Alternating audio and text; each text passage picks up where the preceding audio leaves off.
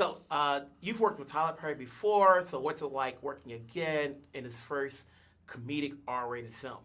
Man, well, it's a romantic comedy, so I'm excited about that for him. And I think the layers that he created in this film, no character's the same. The way they're threaded together is great. It all makes sense for the bigger theme of the whole movie. So, I don't know, I think we all were really happy with what we did. And we knew that something special was happening on set, so I hope you enjoyed it. Yes. I would say the same. We just, what's always interesting is having worked with somebody as long as Tika and I both worked with him, or as many times as we have, and then knowing that he's in a different phase of his life. Yeah. We don't give enough people credit for wherever they are. So he's at a place, he said it earlier in an interview, he said, I'm at a place of legacy now. I'm just trying to, so it's cool to be part of the legacy that he's leaving within this film dominance that we've seen in terms of the run he's had. It's nice to be, Tika and I said, we're proud to be a part of the rated R introduction of Tyler Perry. That's a really cool thing because it means we went to a place that he hasn't gone before, so it must speak to the bravery that I guess he's now at. There's a lot of themes in this movie. Obviously, some comedic, some not. But one of the things that I got out of it was the essence of Black love and what it means. So for you guys, what do you think people should get out of this? Because there's a lot of different definitions of what Black love should be.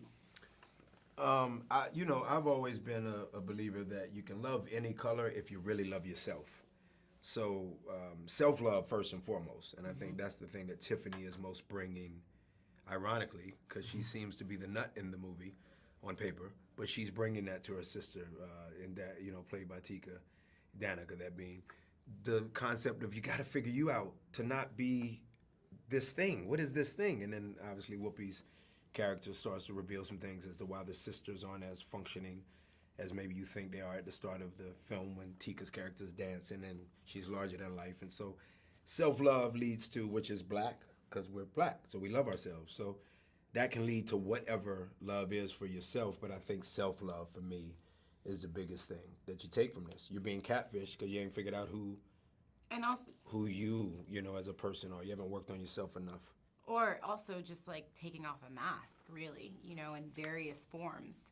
And I think that's what her sister shows her, is her truth, some of her truth. But people can do the same thing without being catfished. Some people don't show who they are, the heart. And the list, the list needs to be a little more flexible.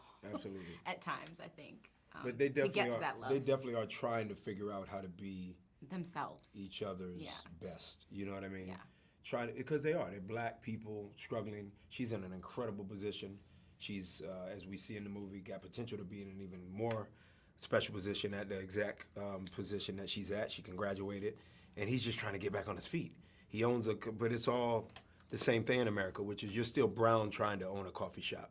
You're still a brown woman. You're a double minority at the executor seat that we find Danica at. So they both can definitely relate to the struggle of being Black, and loving themselves is not coming so easy.